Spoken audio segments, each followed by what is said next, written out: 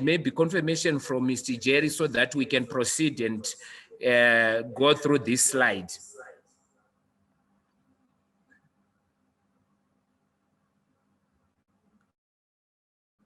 Is it okay if we just go through the slide now? Yeah, that's okay. We can go ahead and present the slide. Then you can open a question and answer session for the last 30 minutes. Thank you very much. Thank you very much, Mr. All right, so I will start by alluding to the fact that taxation is important to all of us, for it provides the necessary funding for the country's development. Then we, as ZIMRA, the following tax acts authorize ZIMRA to collect taxes for the benefit of the Consolidated Revenue Fund.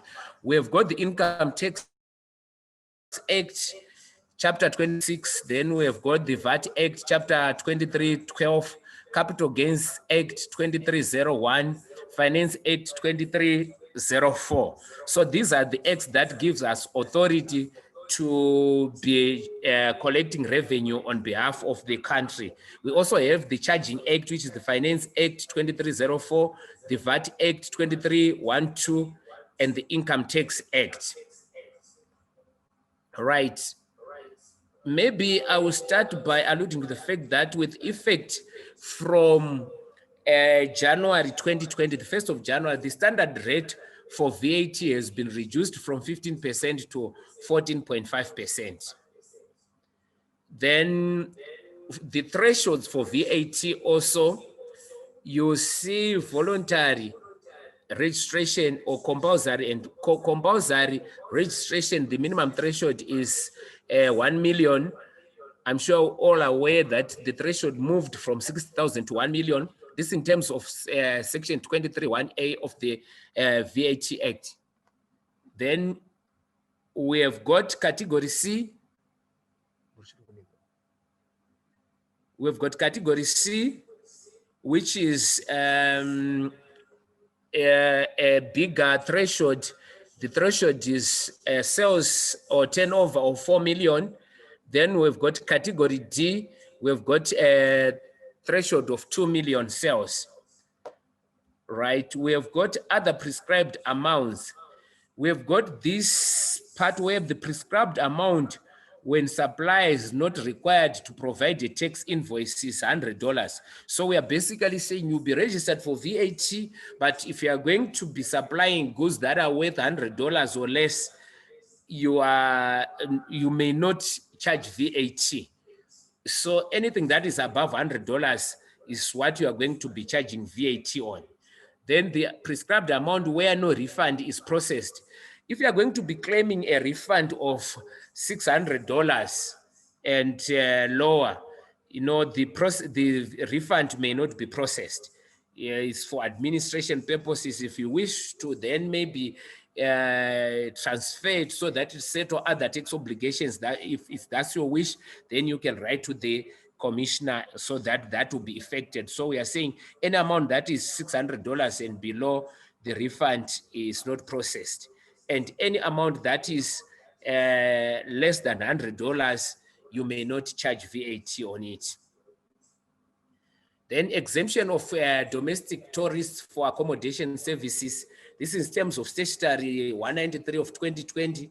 We are saying supply of accommodation services to domestic tourists for the period starting from 1st of August 2020 to 31 July 2021.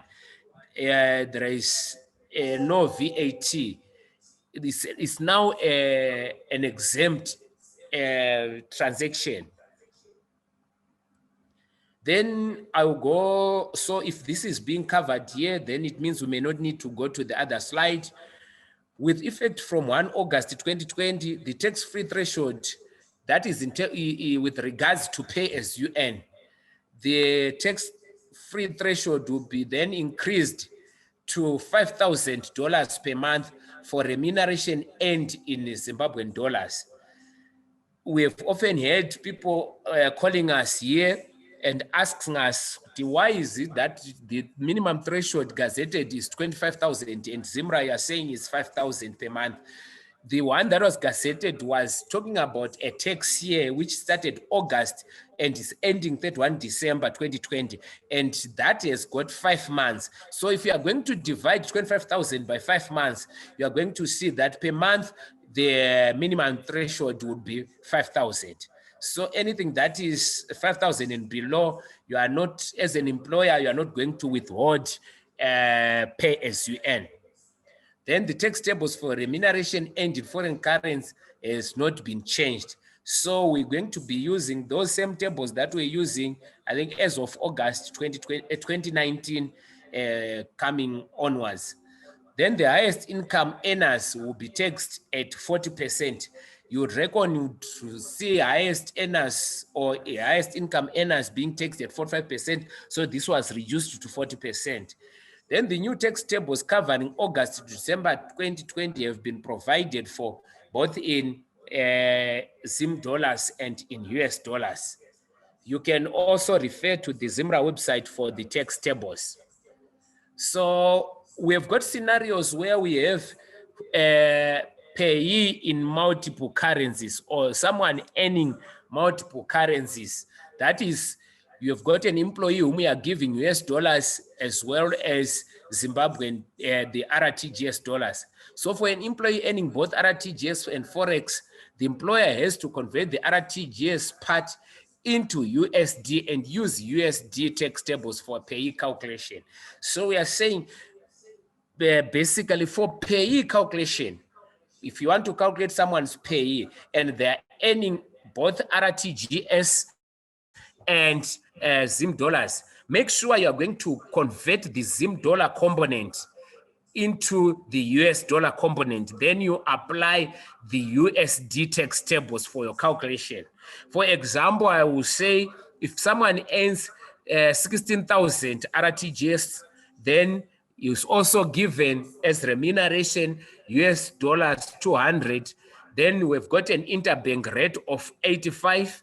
The calculation would be, you are going to divide these RTGS dollars by the interbank rate 85, and you add to the US dollars being earned.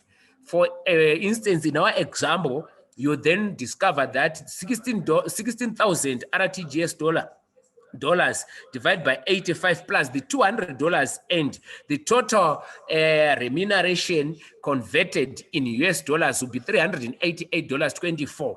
Then if you're going to go to your tax tables for someone who is earning $388.24, you see the tax rate will be 25%.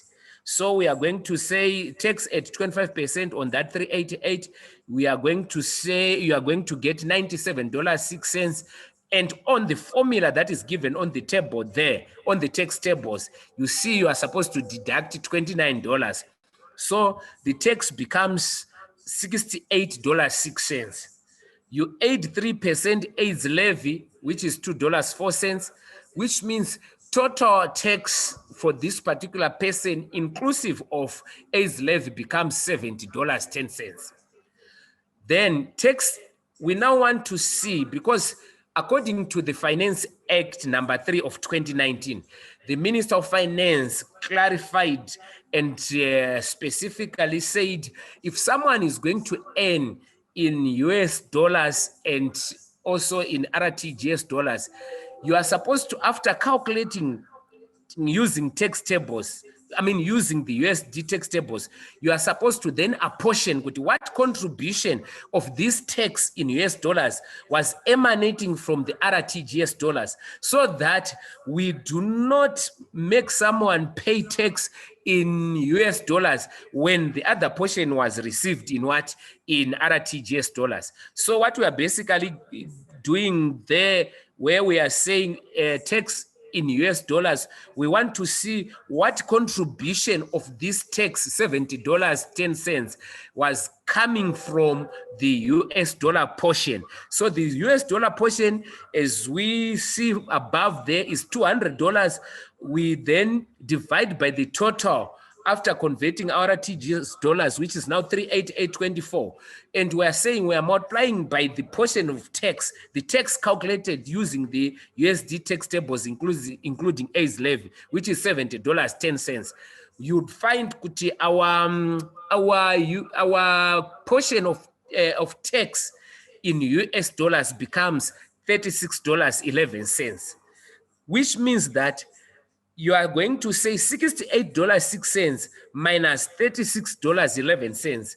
You are going to find the portion of tax that has been contributed by the RTGS, and you multiply it, which is $33.98. You multiply it by the interbank rate of which is 85, the one that we use to divide the RTGS into USD. So you multiply by the $85, you discover the portion of your tax which is supposed to be going to the bank as RTGS or Zimbabwean dollars becomes $2,888.30. So effectively, we are saying this person, when they are going to pay their payee or their tax for this particular employee who is earning in multiple currencies, is going to pay $36.11 into the ZIMRA Nostro account as payee. Then he also goes to ZIMRA RTGS account and pays $2,888.30.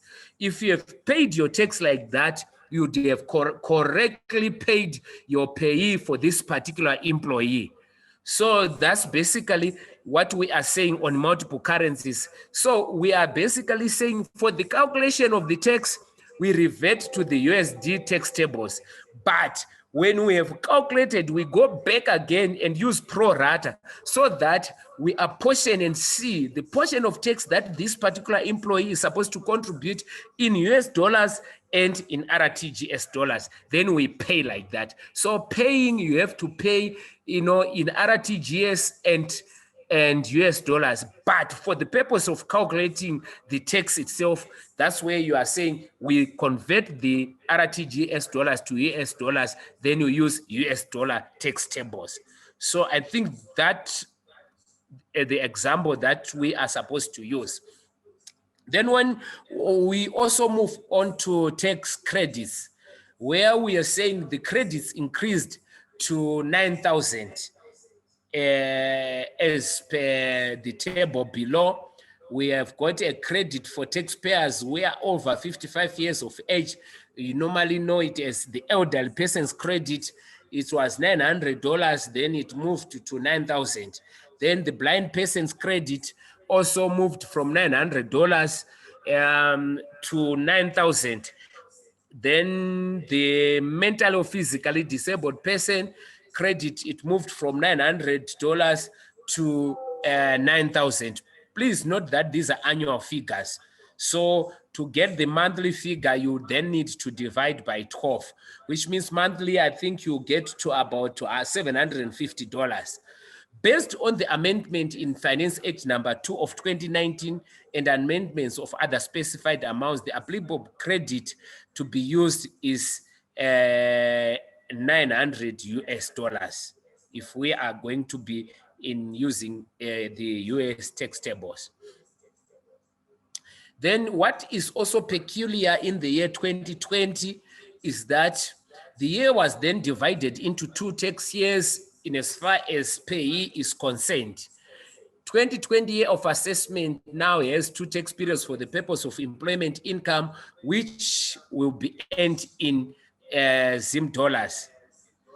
So we are saying the first 8 months, that is beginning of January to 31 July 2020, that's the first tax year. It has got its own tables.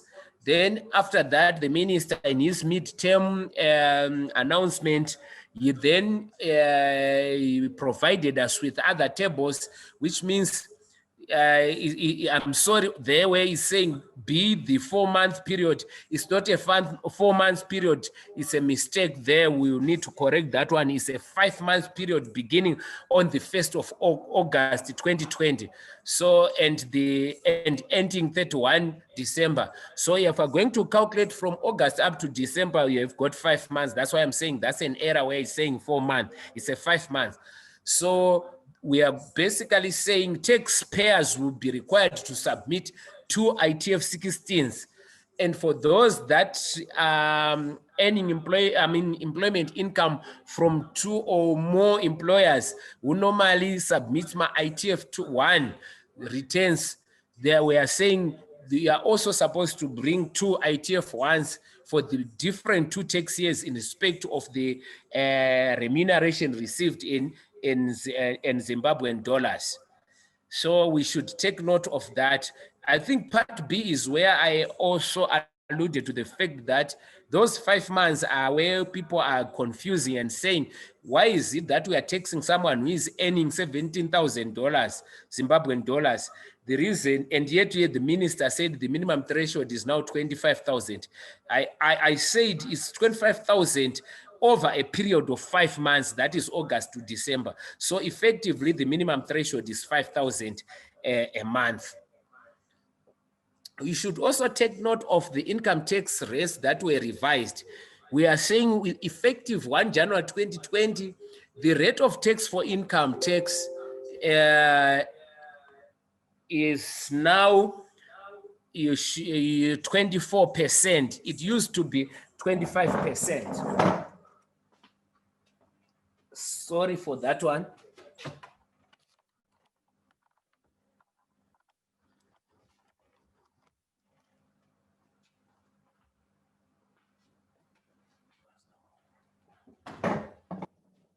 So we are saying the rate of tax for income tax is now 24%. So those who were used to 25%, please note that effective 1 January 2020, the rate of income tax in Zimbabwe was reduced by 1% to 24%. So for taxpayers with different accounting periods, the rate applicable will be per their year of assessment. It follows that the rate of 24.5% shall be applicable for the year of assessment ending 2020.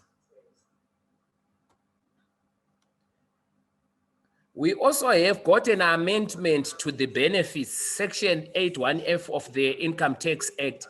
With effect from 1 January 2020, motoring benefits are now based on deemed cost to the employer and have been increased as per the table below.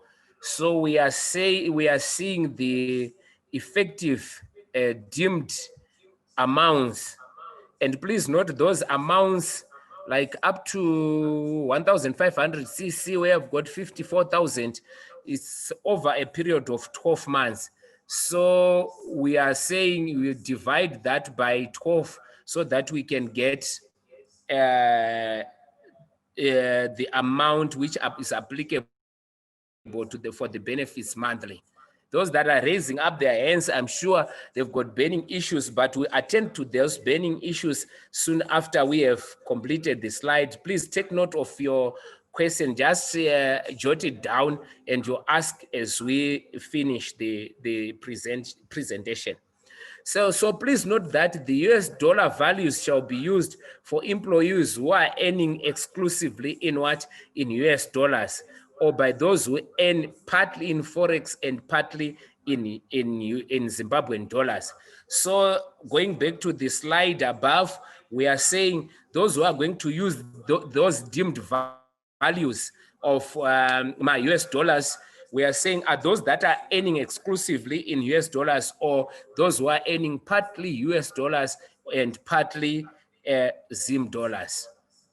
So employers who are registered operators are also required to account for VAT on motoring benefits based on these new deemed values.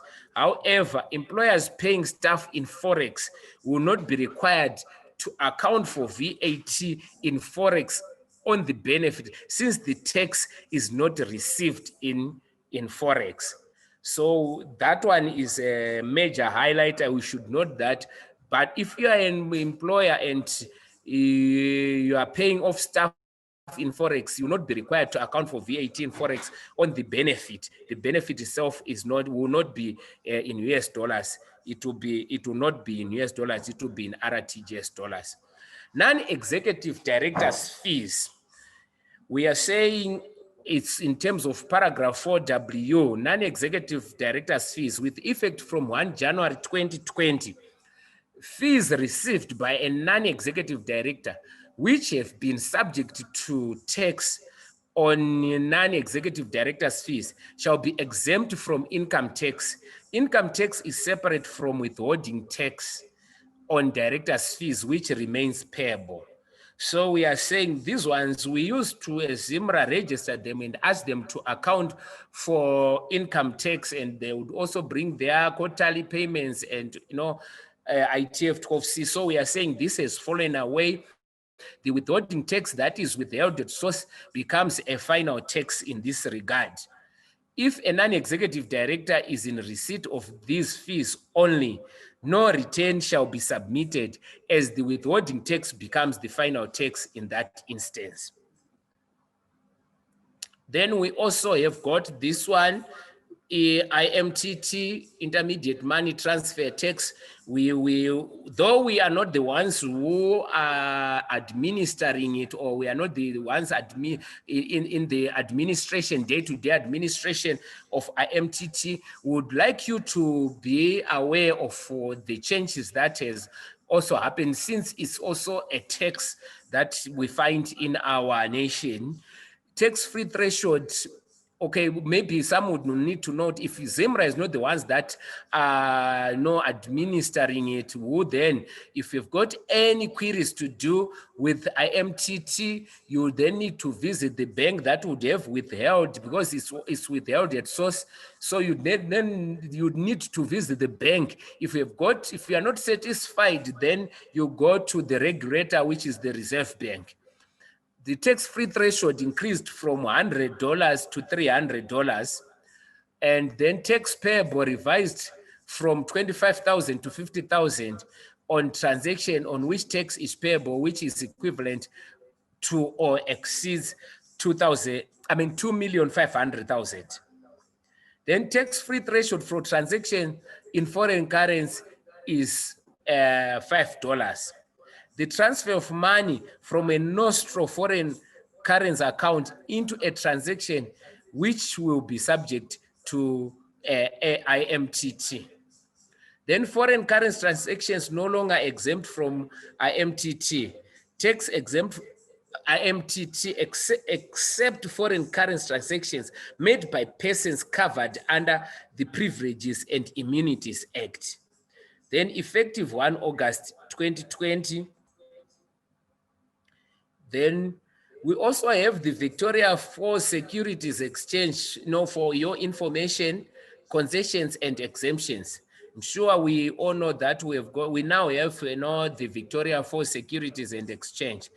5% withholding tax on dividends payable to non-residents shall be applicable, non-resident investors. So we're saying withholding tax of 5% shall be applicable. Then exemption from capital gains tax of proceeds from the disposal of shares listed on the exchange. So we are saying when you dispose of shares listed on this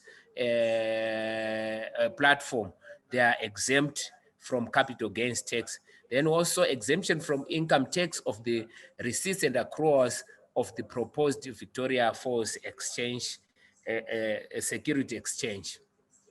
Then we go to what also came about in the year 2020, and as far as VAT is concerned, we have got Section 4A, which was amended to create a presumption that all taxable amounts received are received in US dollars, unless the recipients of the amounts furnish invoices or other documentary proof to the contrary. What we are saying basically here, this, I'm sure it came about, what was the effective date? Ms. Matsangura will guide me. The finance Section 4A of the of the VAT Act, which then said, if you are selling goods in Zimbabwe, contrary to what we had in the year 2019, where we were saying all transactions are supposed to be done in what? In Zimbabwean dollars, RTGS dollars. This year now, we are saying after the midterm policy by the minister, if you are selling your goods, the burden of proof that you are selling in Zimbabwean dollars lies with you, the seller of the goods. Otherwise, if you fail to prove that you were selling your products or goods in Zimbabwean dollars, the assumption that the commissioner or ZIMRA would have is that you are selling in US dollars and you are supposed to account for your tax in US dollars. That's quite interesting, that one. It's also imposed punitive, sorry for that one, punitive penalties on registered operators who fails to comply with the provisions of Section 4A of the Finance Act. Basically, I'm sure that statement is guiding us that if you fail to prove that you are selling in Zimbabwean dollars, like I said, the assumption would be you are selling in US dollars. Then if you are not going to account for your VAT in US dollars, punitive measures or penalties will be, invoked on our registered operators. So what I'm basically encouraging us there, make sure where you are transacting and you are selling in the Zim dollars, it should be clear, because you'd find audit guys are going to check, make a cross check because of the two currencies that we have, and we're seeing in the market the most preferable currency to trade in nowadays is the US dollars. So you are supposed to properly keep your records so that you'd justify the auditor that I was transacting in Zim dollars. Otherwise, the auditor will assume you were selling your goods in US dollars. The amendment is meant to compel VAT-registered operators to configure fiscal devices in order to capture all transactions in the currency which they are trading, or in the currency of trade. This is effective 22 February 2019. Right, I'm sure we are done. BP registration, you discover, is done on the e-services platform. We are very sorry for the challenges that our dear clients you experience, especially on due dates, where our platform times is not able to accommodate so many concurrent users. We are sorry, we apologize for the inconveniences being caused, but I'm sure something is being done to ensure we are going to have a platform that will be better off and we would be for your convenience. We're basically saying you go to the ZIMRA browser if you want to register for a business partner number on the e-filing platform. Then you have got your Rev 1, the normal Rev 1 there, which you are supposed to complete. I'm sure some of us have seen, some of there's some technical jargon which we are trying to simplify. I've seen you've already seen some pop-up guidelines that are now coming out of that. Wherever you are choosing a particular field is a measure that is being put to try and simplify the registration process. And we are saying also, if we are having serious challenges both on BP registration and even return submission, we are also accepting manual registrations, or especially upon your request. If you've got any challenges, please make sure you don't hesitate to contact ZIMRA, so that it's case by case situation where you can then bring your Rev 1 form printed and all the attachments so that you get registered for tax purposes. Even you are also having challenges in return submission, there are emails that refer to particular categories, large clients, small clients, or medium clients. There are emails especially that were provided for during this COVID period, which you can send your return to, so that you are not inconvenienced by the system challenges. I'm sure we are done. For more information, we have got ZIMRA Taxpayer Services Kurima House. You can submit your queries ground floor. Because of the coronavirus, I'm sure those emails are applicable. Help desk issues, Rama Mkwenya, Miss Matsangura, our manager, myself for e-services queries, and those are our direct line 795710. And also those that have visited Kurima House of late, you see the phone numbers have been put on the door for your convenience. Right, I'm sure on that note, I am done.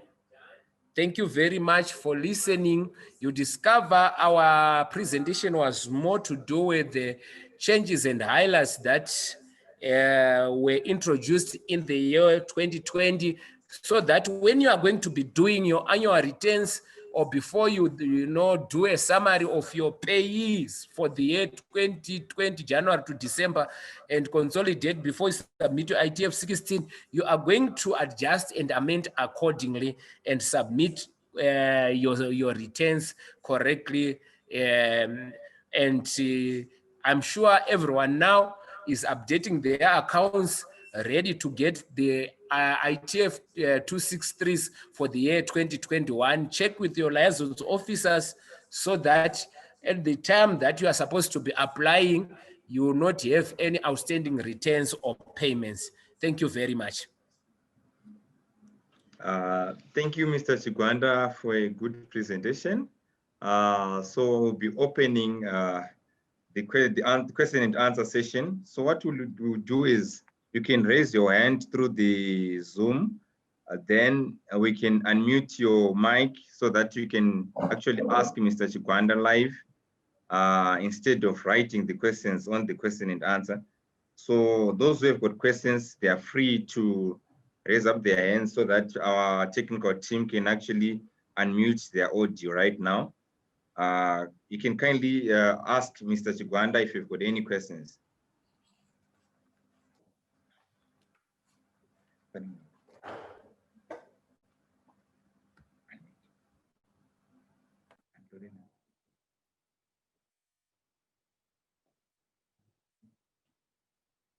Okay, Madam Noreen, you are free to ask questions. Ask Mr. Chigwanda what you want to ask. Thank you. Okay, thank you, Mr. Chigwanda, for a very informative presentation.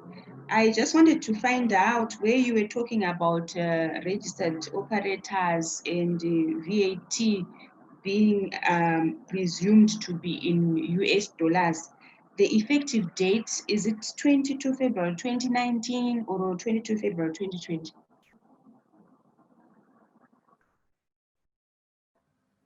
Thank you very much. I will attend to that one.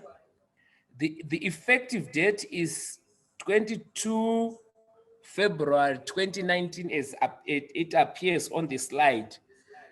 So what we are basically saying is that for all your sales that you were making beginning February 2019 to date, you then need to be sure that you are keeping your records, and if you fail to prove that you were selling in Zim dollars, the commissioner's assumption is that you were selling in US dollars. And basically what it means that if you were selling in US dollars and you were not declaring your US dollars, there is a voluntary disclosure. I'm sure some of us would have received some emails with forms that liaison officers were sending and asking us to declare the sales that we are making in US dollars versus those that we are making in RTGS dollars. So, Madam, I'm sure to answer you on that one, the sales that will be checked whether you were selling really in Zimbabwean dollars are sales that you did as from February 2019.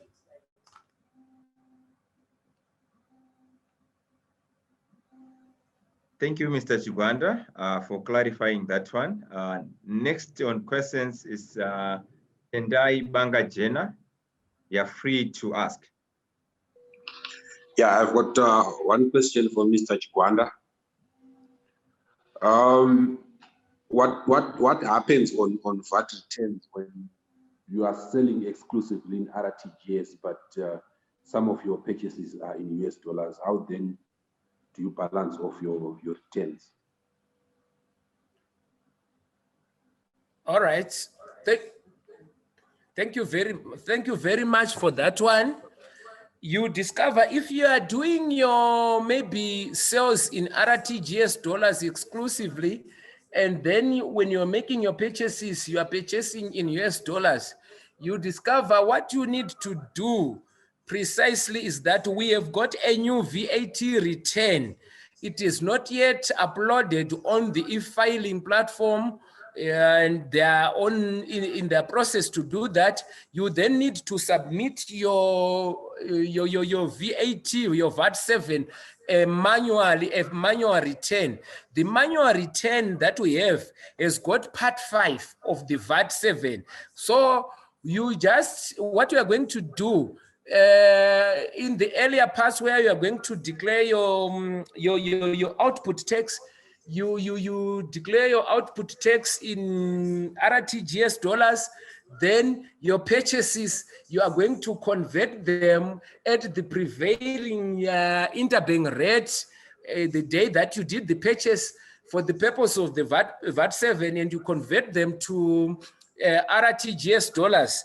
You know, then you maybe we are still above or the first parts of the VAT7, then you then compare the output tax that you are doing naturally or normally in the Zim dollars. You are going to compare it with the input tax, the purchases that you have converted at the interbank rate. You see a position there, whether you are going to account for tax or not. But then now, at the bottom of this VAT, the new VAT7, we have got part 5. Part 5 specifically then allows you to compare the currencies, the sales that you did in Zim dollars versus the purchases in Zim dollars. Then you go to the sales that you did in US dollars versus the purchases in US dollars. So we also have a position, an effective position there, where you are going to see currency-wise, you can have a payable position on the RTGS dollars, then a refund on the US dollar portion. So this is what you are going to do. On part 5 of the new VAT7, that's where you are going to declare that, you know, for specifically, I can give an example of your scenario where we are saying if you are exclusively selling in Zimbabwean dollars, you are going to see, you are going to have a payable in Zimbabwean dollars. Then you are also going to have a refund in US dollars. So you are going to present it like that. And the commissioner is, you know, at liberty to refund you in your US dollars, then is also going to accept you paying the VAT payable, you know, in your RTGS dollars. Thank you, Mr. Chigwanda.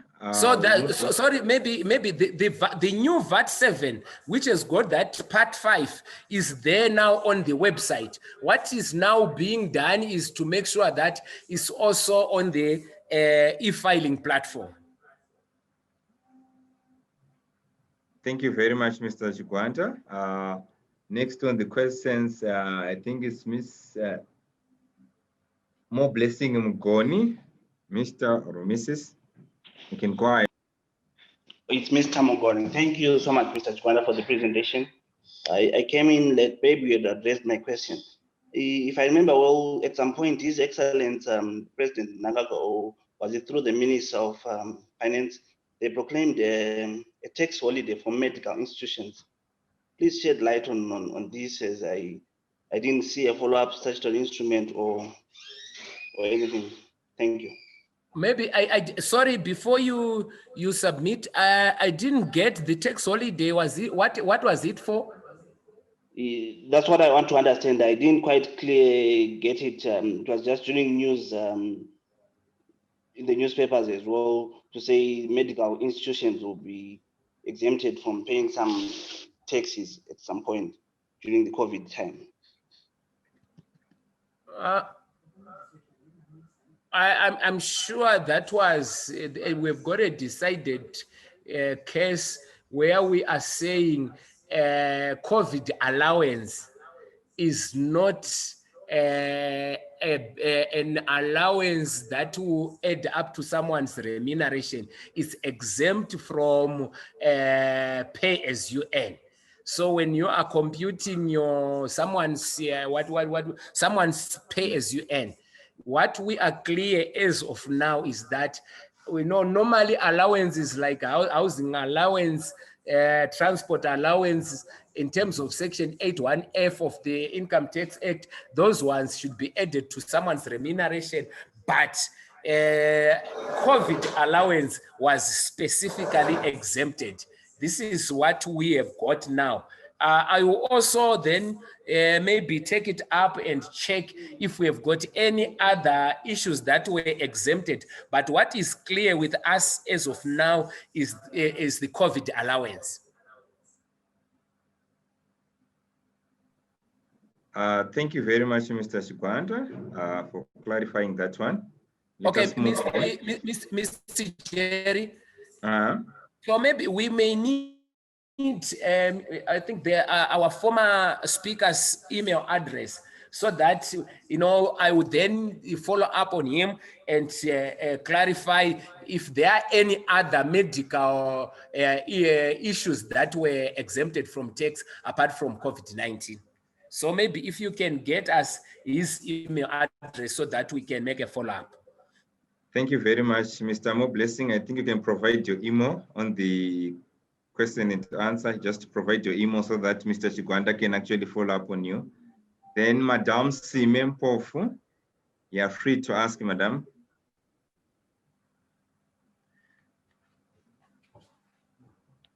Madam Sime Lemkwezi. She's not available. Madam Sime, are you available? I think we can move on to the next person. Mr. Chakupa, are you ready to ask a question to Mr. Chigwanda?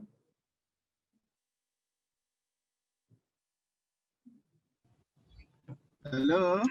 Yes. Hello, Mr. Chakupa, you are free to ask Mr. Chigwanda. Yes, yes. Good day, Mr. Chigwanda. My network is quite bad. Maybe it has been asked before, but what I need to ask, I heard like you saying those who are selling in US dollar, they are tax exempted. If I'm selling outside South Africa, like I'm into mining and I sell my products, my goods outside South Africa, how do I pay tax?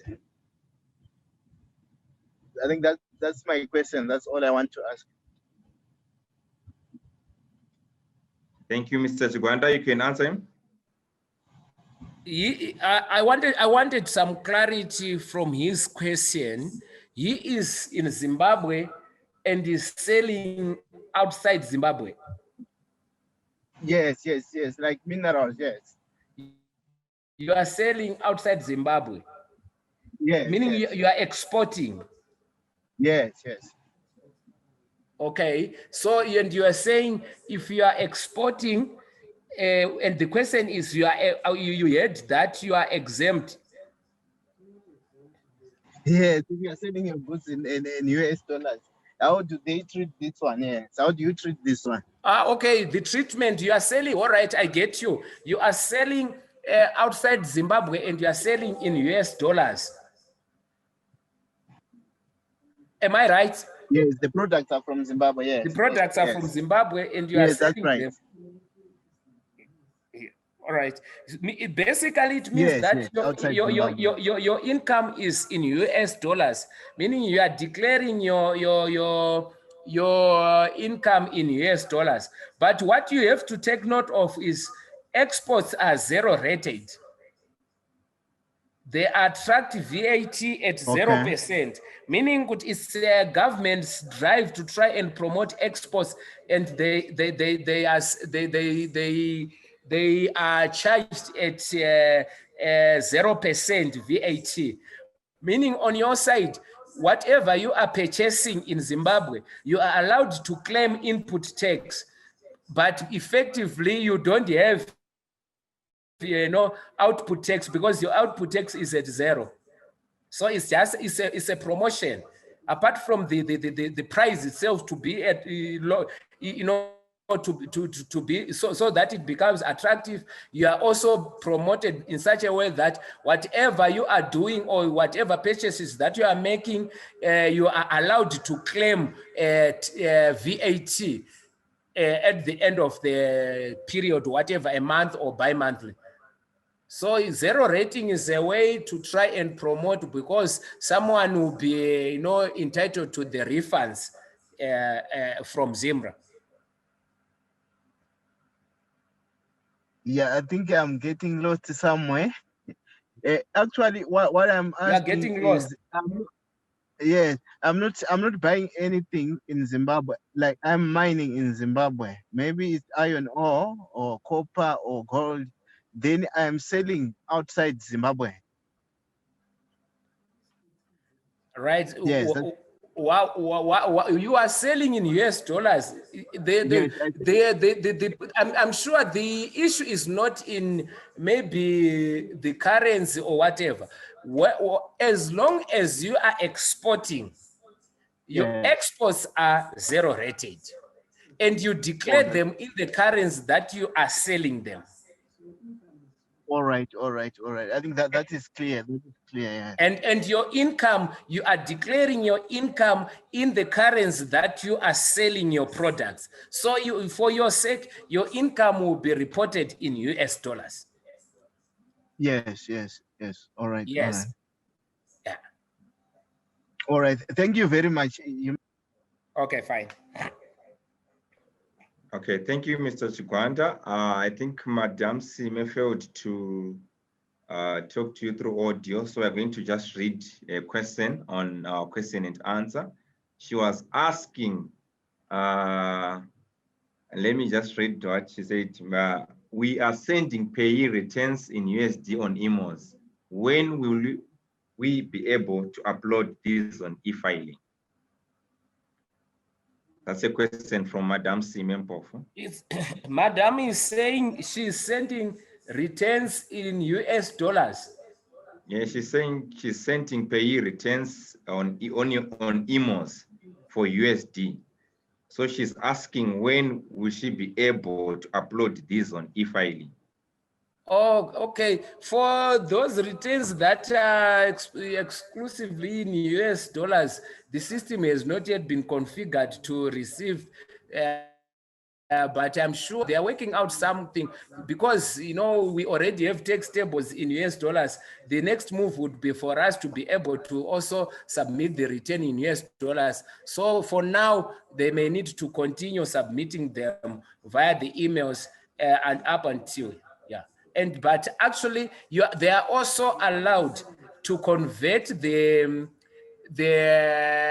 payee calculated or whatever their return that is in US dollars at the interbank rate and submit it to the commissioner, since the reporting currency is still Zim dollar. So she can, if she's not enjoying the convenience of the platform, is also allowed to use the interbank rate at the date that she's running the payroll, convert those US dollars at the interbank rate into RTGS dollars, then go on to the e-services platform and submit their P2 form. Thank you, Mr. Chigwanda, for clarifying that one. Thank you, Madam Sime, for asking that question. We move on to, is this Steve or Steve Chiponda? You're free to ask. Your mic is open. Steve Chiponda. Okay. Thank you, sir. Right. My question is, I wanted to ask, thank you, Jerry, for giving me the platform, but I wanted to ask from the ZIMRA representative, is it possible, let's say, for example, in a manufacturing environment, whereby you might purchase US dollar invoices this month, whereby you'll be purchasing maybe things that worth a lot of money, and you want to manufacture, which means the sales are only going to happen next month, which means this month I'll be actually claiming from ZIMRA in US dollar terms. But next month I'll be having a huge payable to ZIMRA. Is it possible for me to actually hold the input component and resubmit, let's say after 2 months, since there's a threshold whereby I can hold, an invoice can be valid for claim for about 12 months? Maybe that's the question. Mr. Chigwanda, you are free to take that one. Thank you, Mr. Chigwanda. Thank you very much for that question. All right, I think the question refers to Section 8 of the VAT Act, the time of supply of goods or services, where we are saying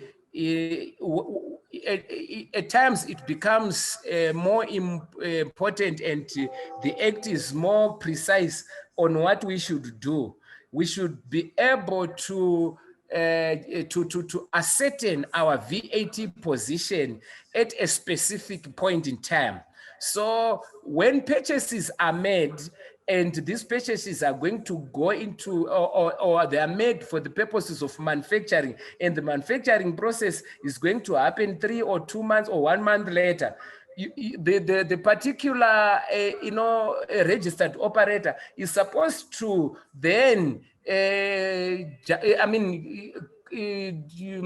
calculate his or her VAT position after each particular tax period. So if by tax period, I'm referring to those, it's either monthly or bi-monthly or whatever, depending on the category. So if you are accounting, if you're supposed to, you are registered for VAT and you're supposed to account for your VAT monthly, regardless of what business you are into, you are supposed to make sure that you finish ZIMRA or the authority with your VAT position on a monthly basis.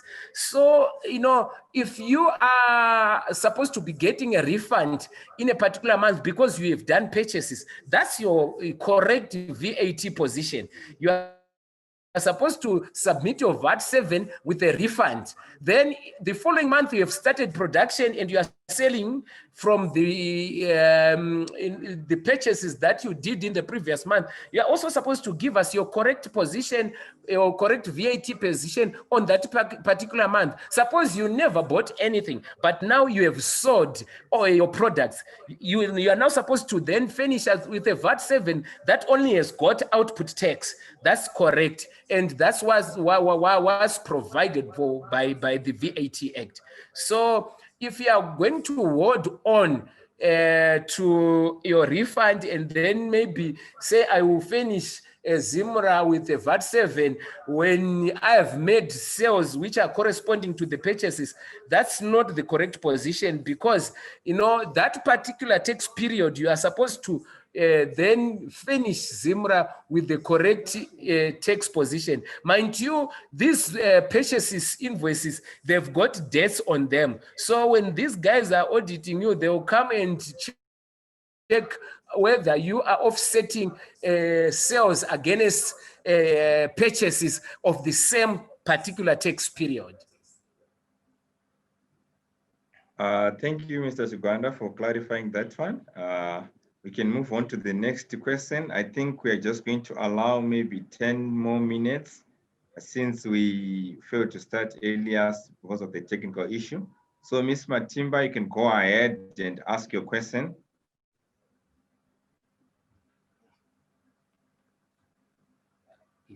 Ms. Matimba.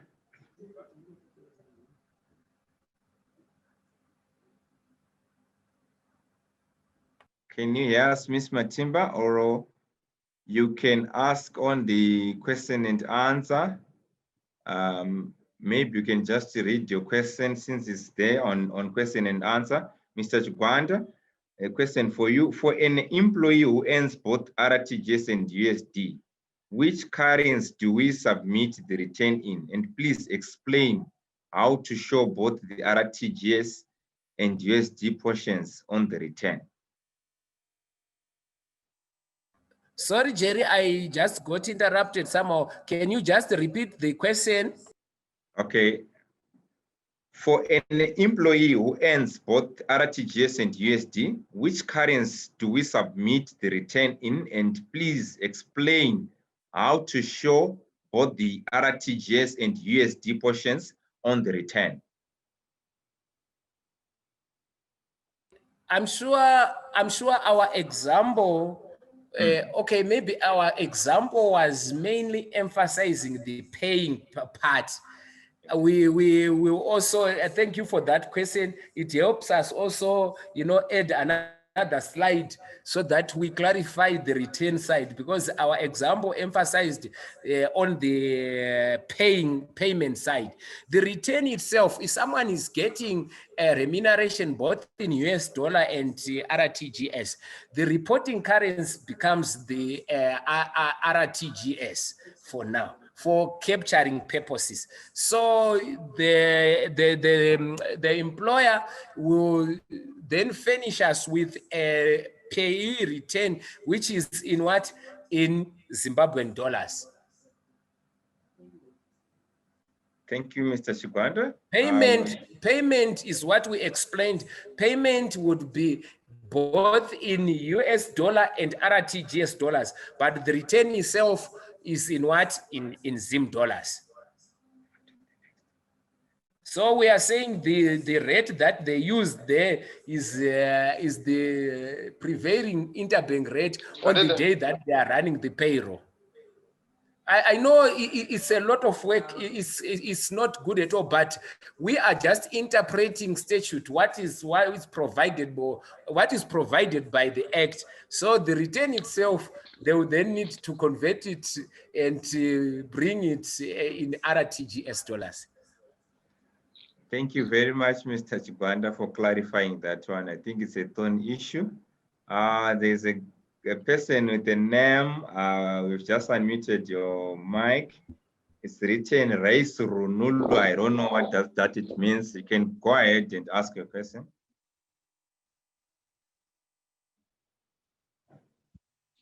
Go ahead, sir.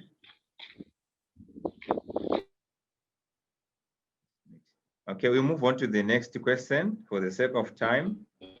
Mr. Melvin Muchoko, you are free to ask.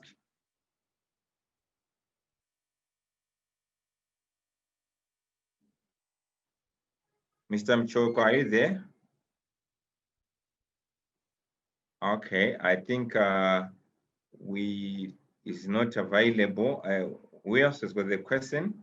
So that means we give a chance to 2 or 3 people to ask before we close it down.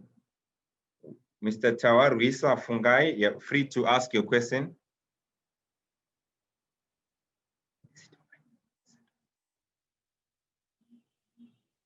Mr. Tawaruisa.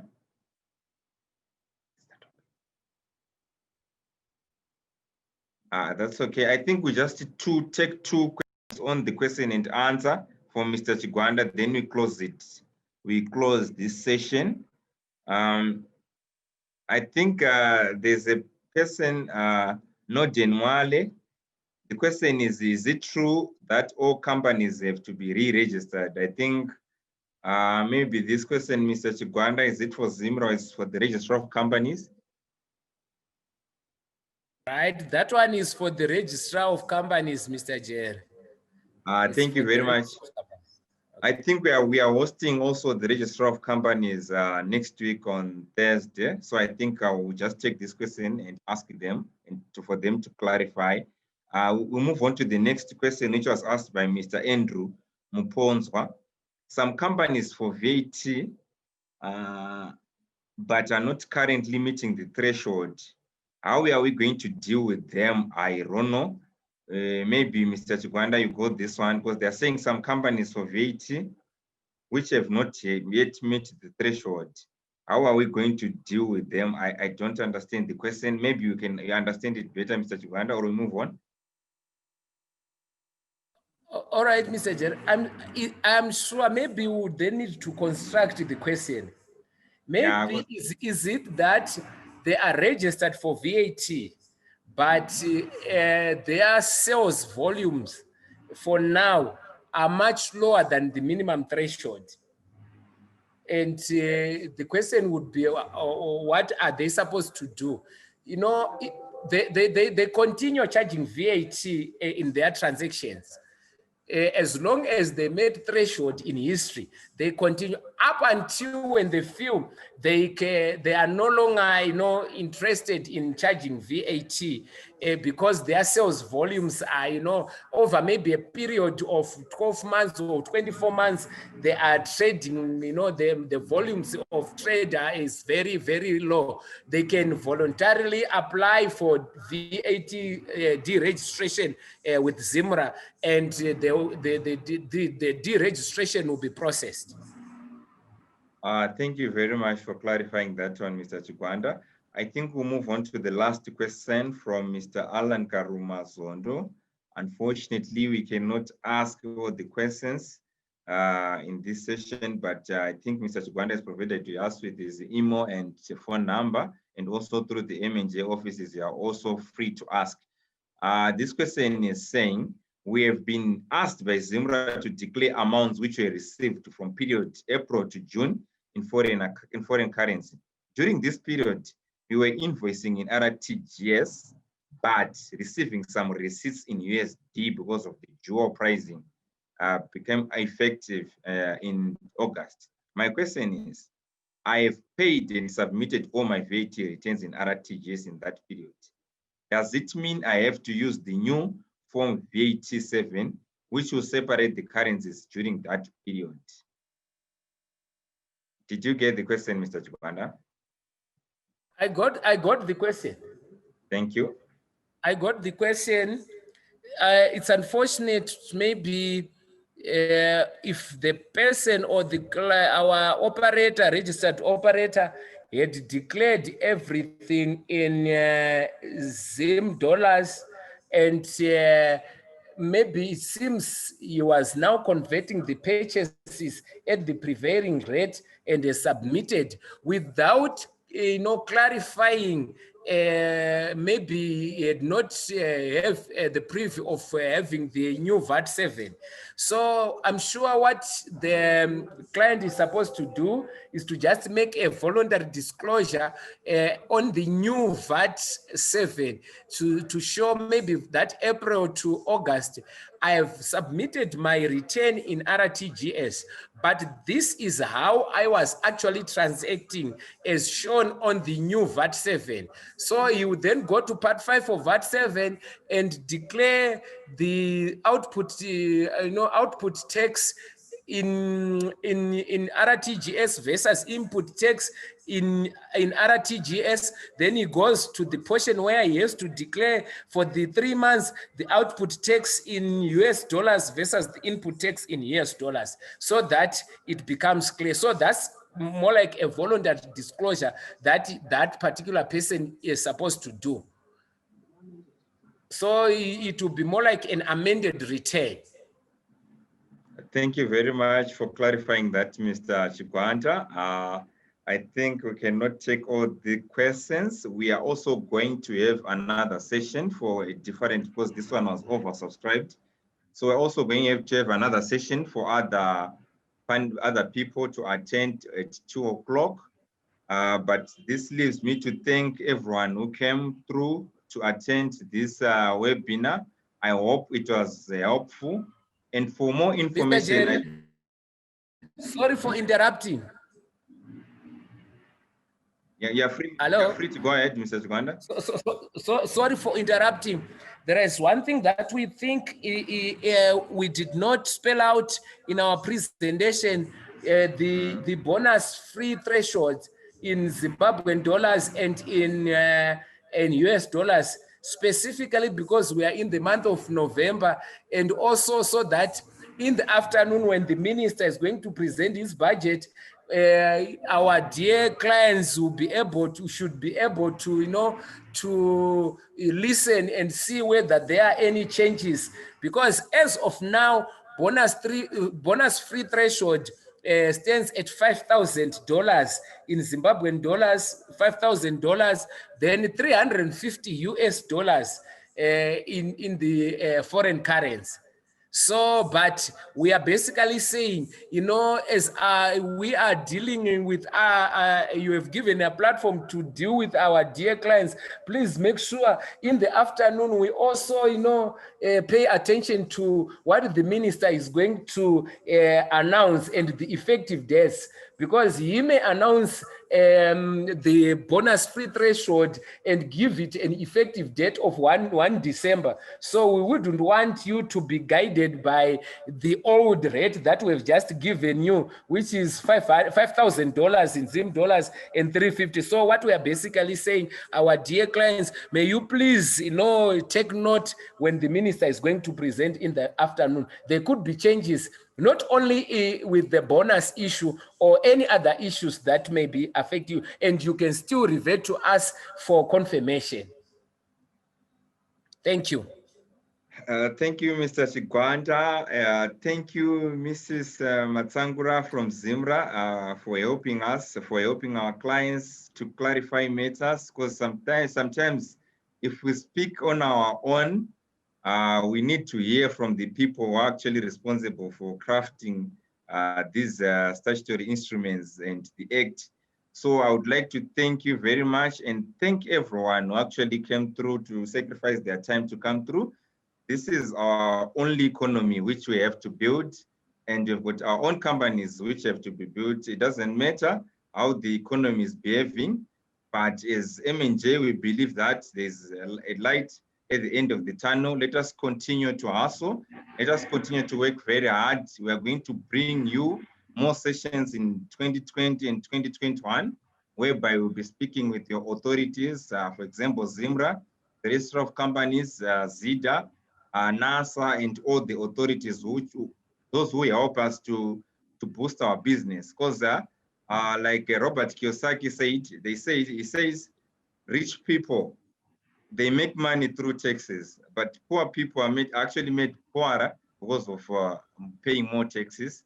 And let us continue to join hands with ZIMRA. ZIMRA is here to serve. They are serving the nation, although there are difficulties here and there, but we should work together in order for us to succeed in business. Thank you guys for coming. We'll meet each other in the next session. I think my team has given you numbers. Mr. Chigwanda has also provided us with these numbers. I think I've got many people who are saying, okay, they want the slides. Mr. Chigwanda, can I share with them the slides? Yes, yes. Yeah, you're supposed to be free. Yeah, they should only take note of that amendment that I earlier on alluded to, where he's saying 4 months. They should correct that one. Maybe before you can share, just correct where he's saying for the last 4 months of the year from August to December. Yeah, or we can just send you the correct one so that you can share with the people. So, but basically on this one, I'm sure that's where we only had a challenge, or where we just need to correct, but you are free to share with them. What is only is not allowed is to then find someone using the same slide and doing workshops. Is ZIMRA material for our dear clients. If they need any clarity, they will then refer to ZIMRA on the slide, not to be using it for their own purposes. Thank you. Thank you very much, Mr. Chigwanda, once again, and thank you, Mrs. Matsangura, for the wonderful presentation, and you clarified some thorny questions. Thank you very much. Thank you, our audience. Enjoy the rest of your day. God bless you. Thank you. Thank you so much. Good day.